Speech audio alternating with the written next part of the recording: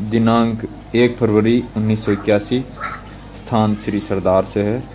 प्रवक्ता युवाचार्य श्री महाप्रज्ञ जी, सानिध्य युग प्रधान आचार्य श्री तुलसी। सत्य धर्म की, मानव धर्म की। ज्योतिपुंज गुरुदेव सज्जन,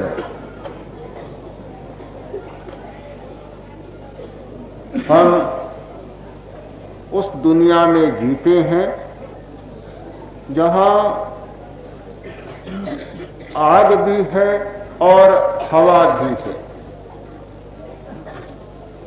हमारे भीतर में, इस शरीर के भीतर एक आग है और उस आग के द्वारा हमारा समूचा जीवन चल रहा है। आग बुझ जाती है, जीवन समाप्त हो जाता है।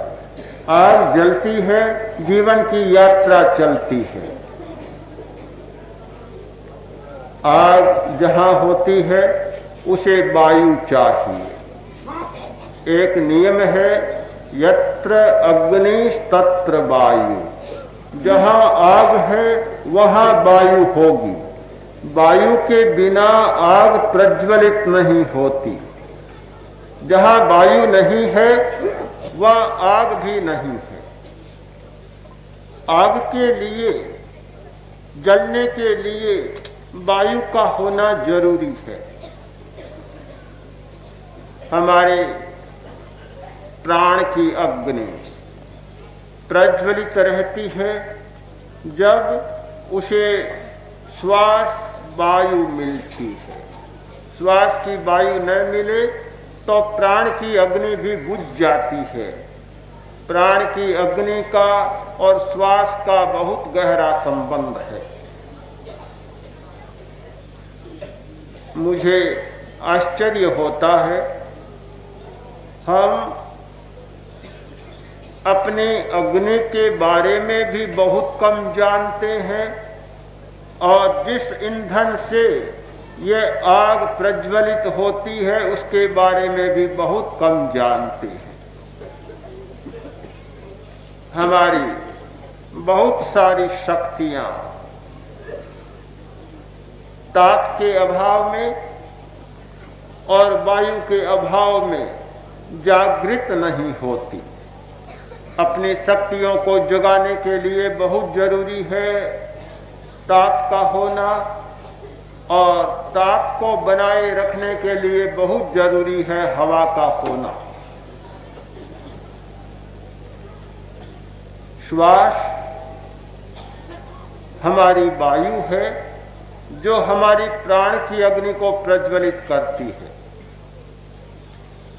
पर श्वास के बारे में हम बहुत कम ध्यान देते हैं और बहुत कम जानते हैं। श्वास लेना भी बहुत कम लोग जानते हैं। आश्चर्य न करें, बहुत पढ़े लिखे लोग, बहुत विद्वान शायद श्वास लेना नहीं जानते। श्वास के बारे में बहुत गलत धारणाएं होती हैं और गलत मान्यताएं होती हैं। पूरा श्वास लेना बहुत कम लोग जानते हैं। हम नथुनों से श्वास लेते हैं, श्वास नली से वह श्वास भीतर जाता है और फेफड़े में फैलता है। फेफड़े के नीचे है डायाफ्राम, तनुपट एक मांसपेशी है, वहां तक श्वास जाता है। उसका दबाव नीचे भी जाता है। हमारे फेफड़े में लाखों लाखों छोटी छोटी कोटड़ियां हैं। पूरे सरदार शहर में जितनी कोटड़ियां, जितने कमरे हैं, उनसे ज्यादा कोटड़ियां और कमरे हमारे फुफ्फुस में, इस फेफड़े में है, बहुत ज्यादा। पर उनका दरवाजा खुलता नहीं। उनका दरवाजा खुले तो हमारी शक्तियां जागती है। वे दरवाजे बंद के बंद रहते हैं। इसका कारण भी है कि वहां तक उन्हें खोलने वाली वायु पहुंच ही नहीं पाती, ऑक्सीजन वहां तक पहुंच ही नहीं पाता जो उन दरवाजों को खोल सके, उन कोठरियों को खोल सके। बहुत छोटी सांस लेते हैं हम लोग, और इसीलिए हर आदमी की शिकायत होती है कि मन बहुत चंचल है। बड़ा आश्चर्य है कि सारा दोष बेचारे मन का।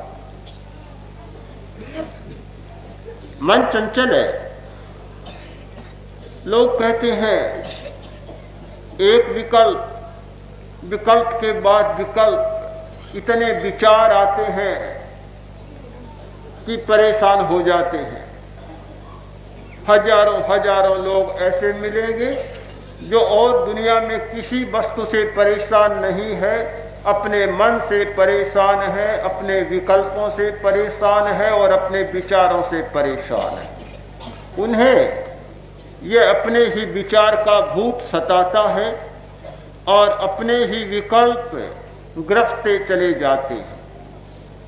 कोई दूसरा हो तो उपाय भी सीधा हो जाता है, पर अपने घर का कोई उपाय सहज मिलता नहीं।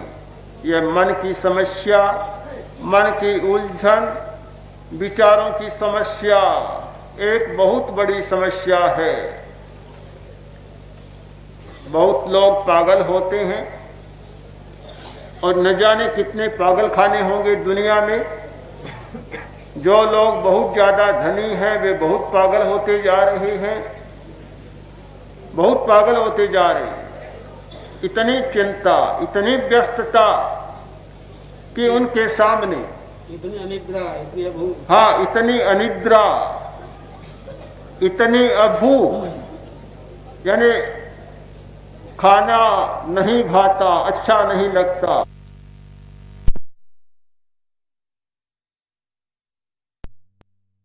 ने मुझे चेक दिया, किंतु आपका चेक बैंक से लौट आया, वापस आ गया। सेठ बोला, डॉक्टर साहब चिंता मत करो, आपका चेक वापस आ गया, मुझे ज्वर वापस आ गया। चिंता की कोई बात नहीं। बुखार, हाँ, बुखार फिर आ गया। तो ये बुखार आएगी, ज्वर फिर आएगा। इसे नहीं रोका जा सकता जब तक कि इसका समाधान नहीं हो जाता। चंचलता को, चंचलता की वेग को, विक्षेप को नहीं रोका जा सकता जब तक हम मूल कारण को नहीं पकड़ लेते हैं। किंतु हमारी एक मनोवृत्ति होती है कि हम कारण को मिटाना कम चाहते हैं, परिणाम को मिटाने का ज्यादा प्रयत्न करते हैं। भारतीय दर्शन का एक सूत्र रहा कि कारण पर ध्यान दो, परिणाम की चिंता मत करो। किंतु फिर भी न जाने मनुष्य की कैसी मनोवृत्ति है कि वह कारण को कभी नहीं मिटाना चाहता, परिणाम सामने आता है उसे मिटाना चाहता है। ये कितनी दवाइयां चलती है सिर दर्द के लिए, 50 दवाइयां चलती है। सिर दर्द हुआ और नशीली गोलियां खाई, एक बार शांत हो गया। कुछ लगाया, बाम लगाया और कुछ दवाइयां लगाई, सिर का दर्द शांत हो गया। आदमी समझता है कि बस काम ठीक बन गया। परिणाम को मिटाने की बात है। सिर का दर्द कोई कारण नहीं है, बीमारी नहीं है। सिर का दर्द तो एक परिणाम है, पेट का दर्द तो एक परिणाम है। हम परिणाम को मिटाना चाहते हैं और उसके लिए न जाने कितना जहर आदमी अपने शरीर में डालता रहता है। शरीर को ऐसा मान रखा है मानो इसमें सब कुछ खप सकता है, चाहे अमृत हो, चाहे जहर हो, चाहे कुछ भी हो। शरीर में काफी गहरा खड्डा है और उसमें सारी चीजें समा सकती है। कितना विष खाता है, पर क्या सिर के दर्द का उपाय करने से कभी सिर का दर्द मिटता है? बहुत सारे लोग रोज और न जाने कितने दिनों तक ये एनासिन या इस प्रकार की गोलियां खाते रहते हैं। सिर का दर्द होता है, गोली ले लेते हैं, एक बार आराम मिलता है और फिर दर्द हो जाता है, दूसरे दिन दर्द तैयार। दर्द मिटता क्यों नहीं? इसलिए नहीं मिटता कि परिणाम की चिकित्सा करना चाहते हैं, कारण की चिकित्सा करना नहीं चाहते। चंचलता एक परिणाम है। परिणाम की चिकित्सा से काम नहीं चलेगा, चिकित्सा होगी कारण की। कारण, और वह कारण है श्वास की चंचलता। बहुत लोग ध्यान से घबराते, कहते हैं कि हमारे बस की बात नहीं, हम ध्यान नहीं करते हैं, तब तो अच्छे हैं। जैसे ही ध्यान करने बैठते हैं, मन इतना चंचल हो जाता है, दुनिया भर की बातें जो कभी याद नहीं आती वे ध्यान में सारी याद आने लग जाती है। इतनी स्मृतियां, इतनी कल्पनाएं न जाने कहां कहां से ध्यान में आ जाती हैं। कुछ लोग कहते हैं कि 10 वर्षों में जो बातें याद नहीं आई वो ध्यान करना शुरू किया और वे सारी बातें याद आने लग गई। जिन बातों को हम भूल गए थे, भुला चुके थे, वे बातें भी सामने नाचने लगी। तो ये ध्यान क्या गोरख धंधा है? ये तो आफत मोल ले ली। जिनसे छुट्टी पा ली थी, जिनसे पिंड छुड़ा लिया था, आज फिर वे सताने लग गए। बड़ी परेशानी होती है। हम इस बात को भूल जाते हैं कि भीतर में जो कचरा भरा पड़ा है, जब तक वह बाहर नहीं निकलेगा तब तक सफाई कैसे होगी? ध्यान एक प्रक्रिया है कचरे की सफाई का। ध्यान एक प्रक्रिया है कि भीतर में जो कूड़ा करकट मैल जमा है उसे पखाल डालने का। व्यक्ति जैसे जैसे ध्यान की गहराई में जाता है, वैसे वैसे भीतर में जमे हुए, दबे हुए सारे संस्कार और उनकी परतें उभरती हैं और एक एक कर वे घटनाएं सामने आती हैं और बाहर निकल जाती है। ध्यान के सिवाय कोई उपाय नहीं है इस बात का, इस सफाई का। अब एक सरल उपाय, बहुत सरल उपाय चंचलता को मिटाने का, अपने आप को जानने का प्रस्तुत करना चाहता।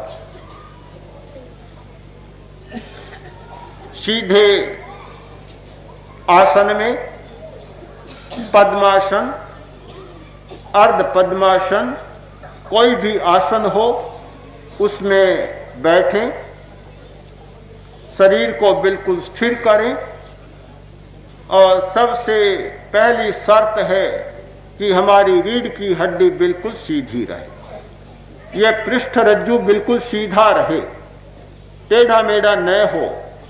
हमारे शरीर का एक रहस्यपूर्ण अंग है रीढ़ की हड्डी, सारी शक्तियों का जैसे स्रोत है, वह सीधी रहे। फिर अब श्वास को लंबा करें। श्वास एक विचित्र बात है। हमारे शरीर में 2 प्रकार के तंत्र हैं, एक स्वतः चालित और एक इच्छा चालित। हमारा नाड़ी संस्थान स्वतः चालित भी है और इच्छा चालित भी है। यह अंगुली हिल रही है, यह इच्छा चालित है। आप सो रहे हैं और नींद में श्वास आ रहा है, यह स्वतः चालित है। हृदय धड़क रहा है, यह स्वतः चालित है। लीवर अपना काम कर रही है, तिल्ली अपना काम कर रही है, आंतें अपना काम कर रही है, श्वास अपना काम कर रहा है। हमें इच्छा करने की जरूरत नहीं, सब अपना अपना काम कर रहे हैं। यह हमारा स्वतः चालित नाड़ी संस्थान का काम है। किंतु श्वास विचित्र है। श्वास स्वतः चालित भी है और इच्छा चालित भी है। यह हमारा रेस्पिरेटरी सिस्टम ऐसा है जो हमारे गर्दन के पीछे, उसमें यह विशेषता है कि हम चाहे तो श्वास को लंबा कर सकते हैं और चाहे तो छोटा कर सकते हैं। 1 मिनट में चाहे तो 15, 16, 17 श्वास ले सकते हैं और हम चाहें तो 1 मिनट में 2 श्वास ले सकते हैं और 1 श्वास भी ले सकते हैं। दोनों बातें चलती है।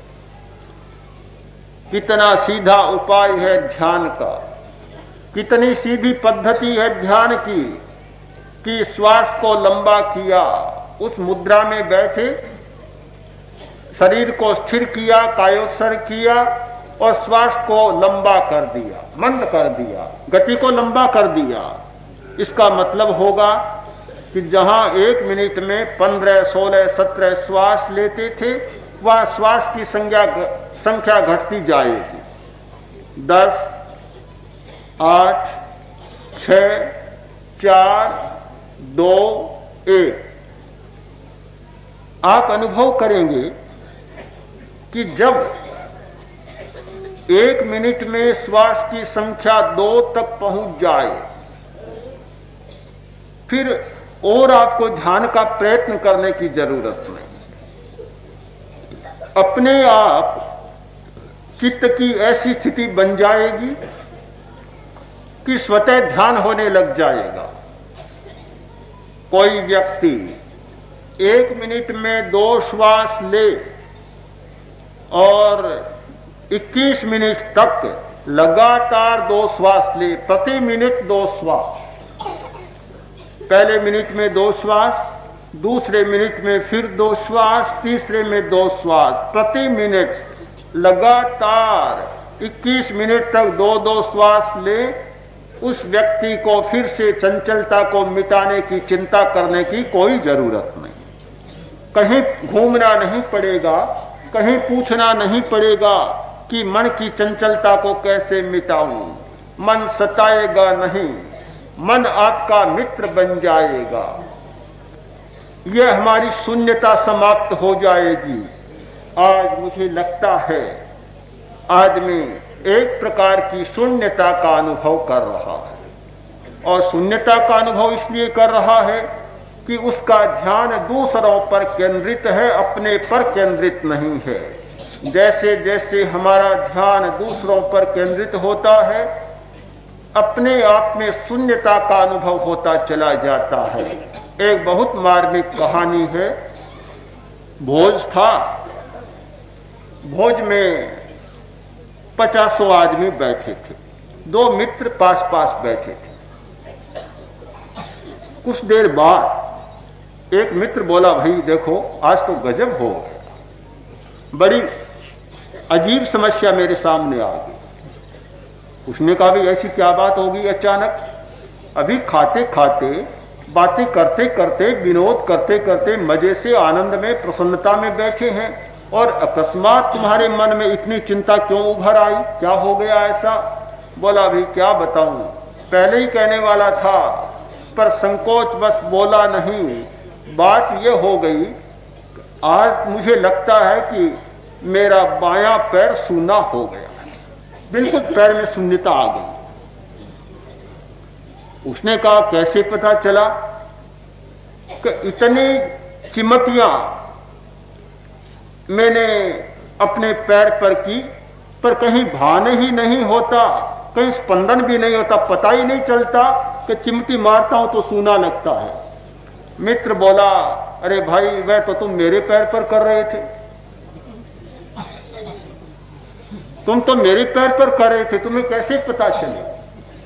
दूसरे के पैर पर चिमटियां चलती है और अपने पैर की शून्यता का अनुभव होता है। लगभग इस स्थिति से सारा समाज, सारा संसार गुजर रहा है कि दूसरे के पैर को चोटियां भर रहा है और अपने आप में शून्यता का अनुभव कर रहा है। जब तक यह स्थिति हमारी समाप्त नहीं होती, हम कोई विकास नहीं कर सकते।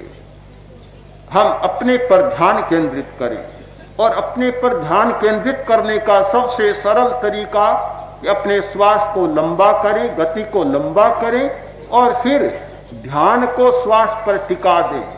श्वास को देखें, श्वास का अनुभव करें, उसकी प्रेक्षा करें कि श्वास भीतर गया, श्वास बाहर आया, फिर श्वास भीतर गया, श्वास बाहर आया। श्वास एक ऐसा तत्व है जो भीतर की दुनिया में भी जाता है, बाहर की दुनिया में भी जाता है और सारी सीमा है।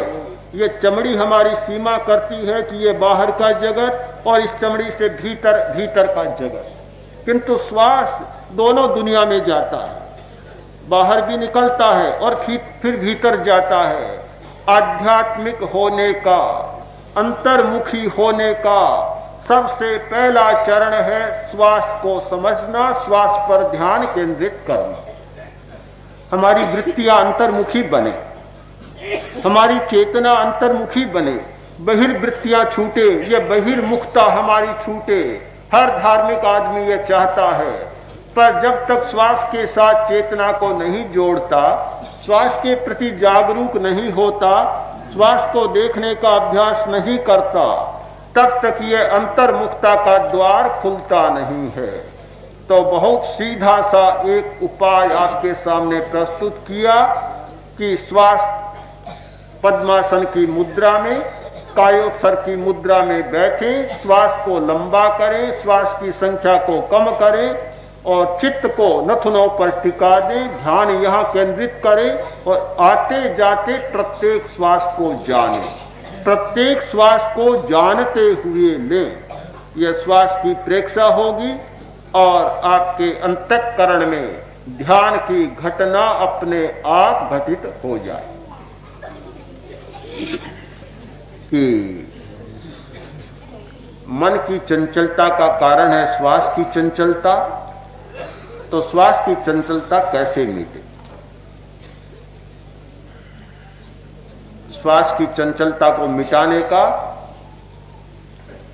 योग के आचार्यों ने एक उपाय बताया, वह है कुंभक, यानी श्वास का संयम करना, श्वास को रोकना। पर यह बहुत खतरनाक काम भी है, श्वास को रोकना।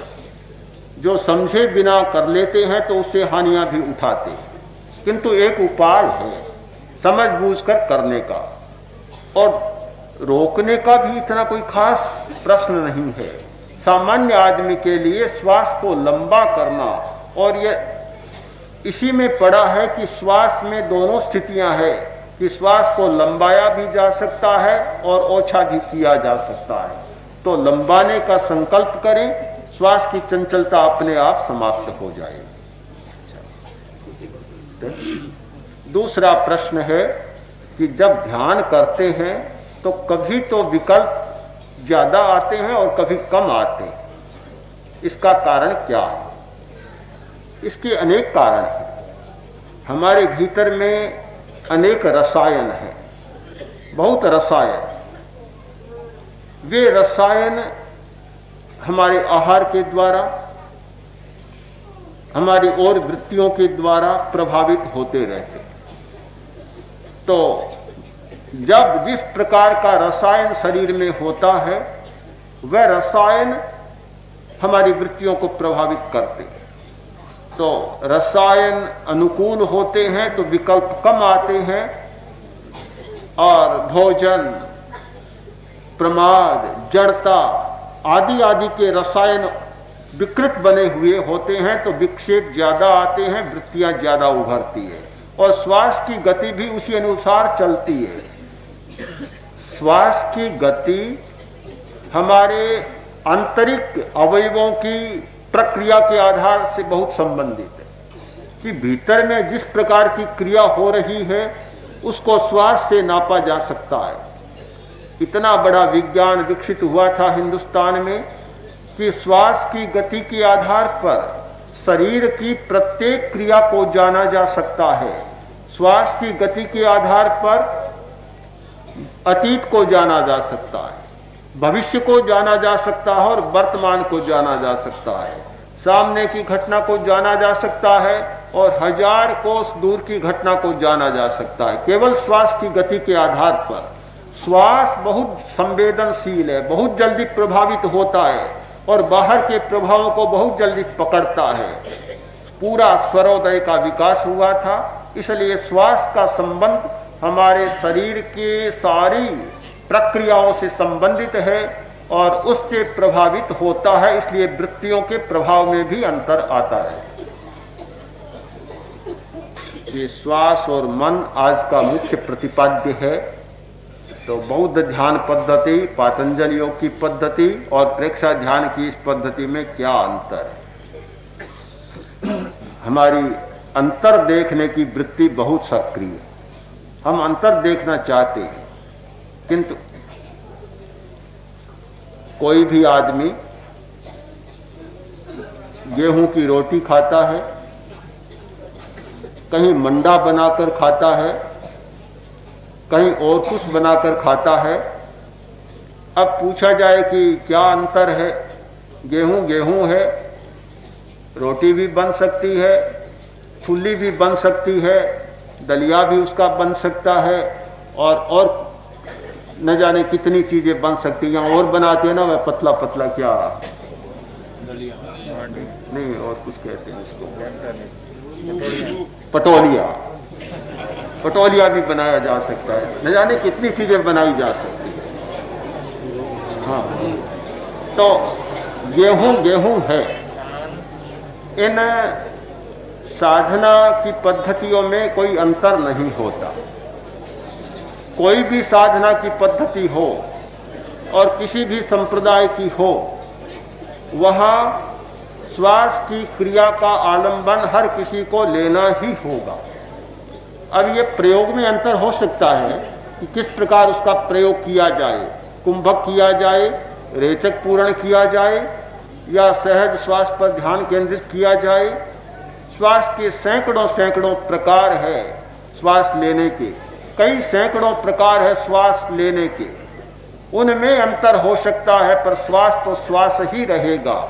इसलिए जो मूलभूत तत्व हैं, अब कोई कहे कि बौद्धों की पद्धति, हठ योग की पद्धति, पातंजल योग की पद्धति, प्रेक्षा ध्यान की पद्धति, अब शरीर में पद्मासन में क्या अंतर रहेगा?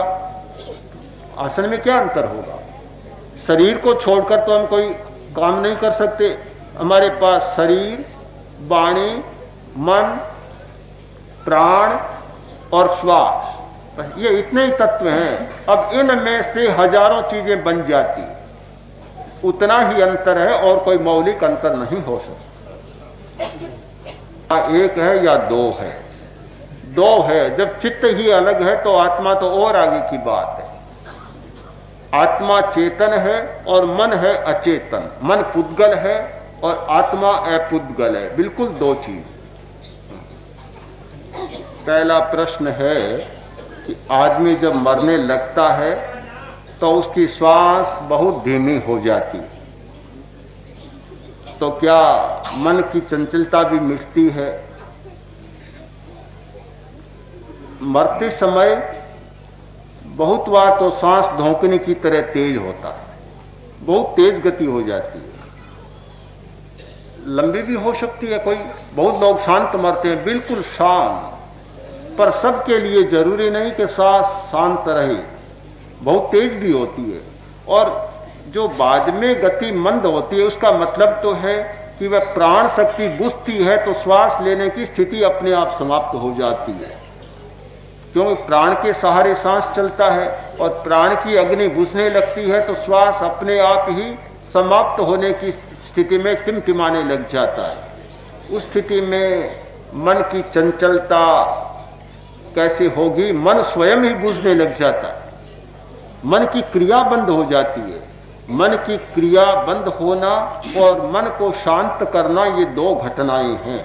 अंतिम समय में भी हो सकता है कुछ लोग बहुत जागरूकता से, जिनका मन बहुत शुद्ध है, निर्मल है और बहुत जागरूकता की मृत्यु से मरते हैं, उनका मन भी शांत रहता है, श्वास भी शांत रहता है। पर सबके लिए यह नियम लागू नहीं।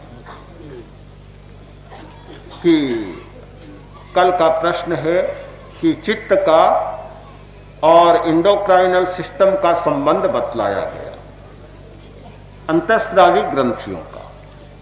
तो जब तक शरीर का गठन पूरा नहीं होता तब तक ये अंतःस्रावी ग्रंथियां विकसित नहीं होती। उस स्थिति में चित्त होता है या नहीं होता? उस स्थिति में भी चित्त तो होता है। चित्त ही इस शरीर का निर्माण करता है। सूक्ष्म शरीर, वहां से एक चेतना की रश्मि आती है और वह इस शरीर का, स्थूल शरीर का निर्माण करती है। तो चित्त तो होता है, किंतु जब वह अंतःस्रावी ग्रंथियों का तंत्र नहीं बनता तो उस समय में प्रभावित होने का प्रश्न नहीं होता। प्रभावित होने की बाद, उनके विकसित होने की बाद में होती है। चित्त होता है पर प्रभाव नहीं होता। का केंद्रीय स्थान कहाँ है? वैसे चित्त पूरे नाड़ी संस्थान में फैला हुआ है, क्योंकि हमारे शरीर में जो सारी सक्रियता है यह कोई हाड़ मांस त्वचा की तो नहीं है, केवल नाड़ी संस्थान है। उसी से हमारा सारा जीवन चलता है, ये सारे अंग सक्रिय होते हैं। तो चित्त पूरे नाड़ी संस्थान में फैला हुआ है और फिर भी उसके मुख्य कई केंद्र बने हुए हैं। चित्त के सैकड़ों केंद्र हैं हमारे शरीर में, छोटे मोटे। एक दिल्ली भी केंद्र है और एक बीकानेर भी केंद्र है। केंद्र तो हैं पर छोटे बड़े हैं। तो चित्त का मुख्य केंद्र है ये भ्रिकुटी का स्थान, ये ललाट के बीच का स्थान, ये फुफ्फुस के नीचे हृदय का स्थान। इस प्रकार कुछ ये तो मुख्य चित्त के केंद्र हैं और छोटे मोटे केंद्र तो सारे शरीर में फैले हुए। बस तो मैं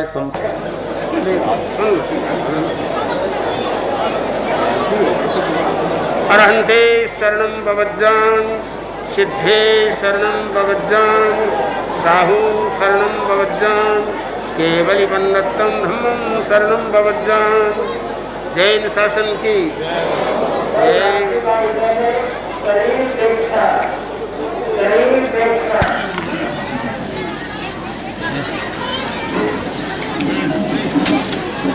बढ़े।